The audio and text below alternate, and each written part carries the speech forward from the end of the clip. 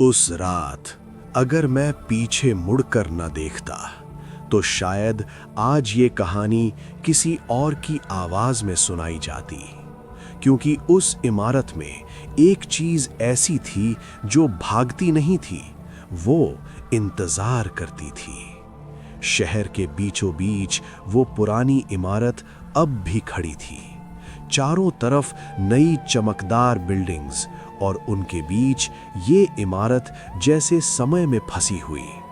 लोग वहां रहते थे, हंसते बोलते थे, लेकिन जब भी नीचे की मंजिल का जिक्र आता, सबकी आवाज अचानक धीमी हो जाती। मैं कबीर आवाजों पर काम करता हूँ। डॉक्यूमेंट्री वॉइस ओवर मेरा पेशा है। मुझे खामोशी से ज्यादा उसके पीछे छुपी आवाजें डराती हैं। लिफ्ट में घुसते ही मुझे महसूस हुआ कोई मेरे पीछे खड़ा है। कदमों की आवाज आई। मैंने पलट कर देखा, कोई नहीं। लिफ्ट रुकी, दरवाजा खुला, लेकिन ये वो फ्लोर नहीं था जिसका कोई बटन मैंने दबाया हो। सामने सीढ़ियां थी, नीचे जाती हुई।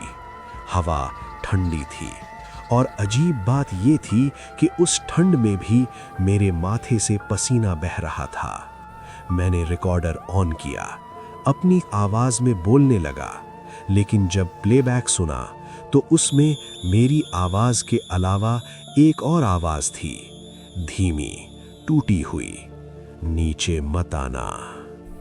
सीढ़ियों पर कदम रखते ही मुझे लगा जैसे हर सीढ़ी मुझे गिन रही हो। 1, 2, 3। दीवारों पर पुरानी तस्वीरें थीं। लोग मुस्कुरा रहे थे, लेकिन उनकी आंखें कैमरे की तरफ नहीं थीं, वो मेरी तरफ देख रही थीं।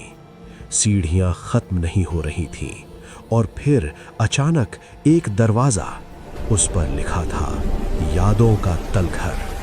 मैंने दरवाजा खोला। अंदर कोई कमरा नहीं था, सिर्फ आवाजें थीं, रोना, हंसी, चीखें और बीच में एक आईना। मैंने उसमें देखा, वहां मैं नहीं था, वहां मैं खड़ा था, आंखें खुली लेकिन जिंदा नहीं। पीछे से एक फुसफुसाहट आई, जो नीचे आता है वो ऊपर नहीं जाता। मैं भागा, लेकिन सीढ़ियां अब ऊपर नहीं जा रही थीं।